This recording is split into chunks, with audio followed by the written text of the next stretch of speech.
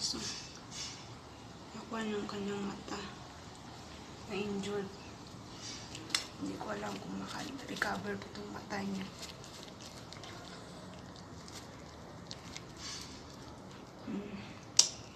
Grabe guys.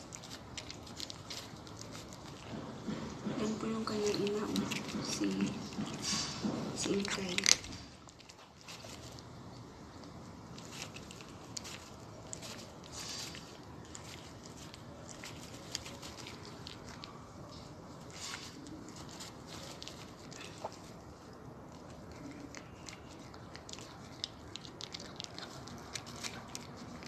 Hindi ko lang kung nasaan yung iba.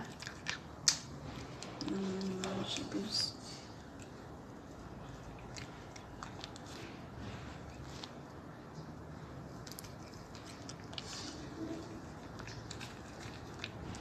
Hindi ko sila pwede madala to sa vet kasi breastfeed po sila. Tapos, kailangan dadalhin ko pa ko yung kanyang ina. So, paano ko sila dalhin? Yung iba hindi ko mahuli, guys. Saka, siguro makonfine ko sila. Saka, wala akong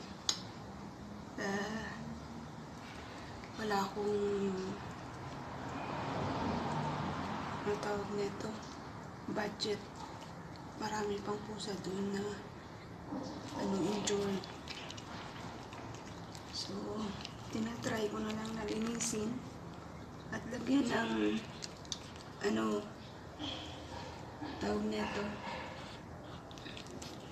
ng eye drop na galing sa vet. So, mahirap talaga guys.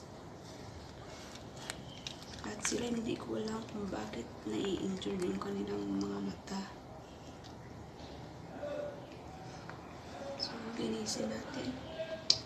Yun lang tanong kong magawa guys. Yun. Kakaawa siya.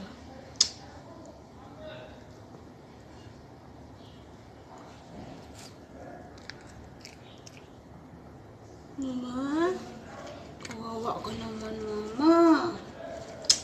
Kailangan linisin natin yung mata mo. Para dalawa lang sila dito guys. So, kasi nagtatago sila sa ilalim ng tangke.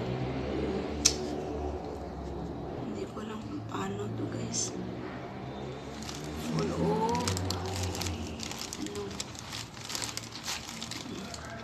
Kakaawa. So, linisin na natin guys. Try natin maka-recover.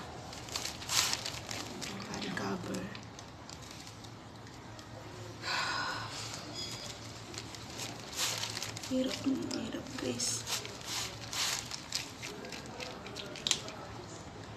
So, itong eye drop galing to sa vet ni Resita guys. To Brazil. So, try natin linisin ang kanilang mata.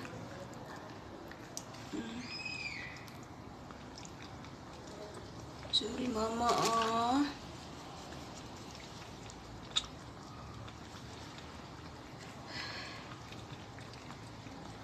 Diyos ko.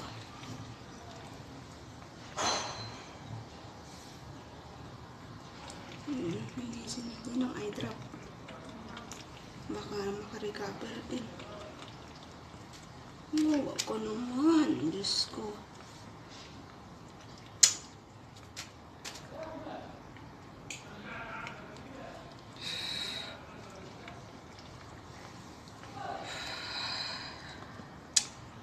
Sakit sa dibdib guys.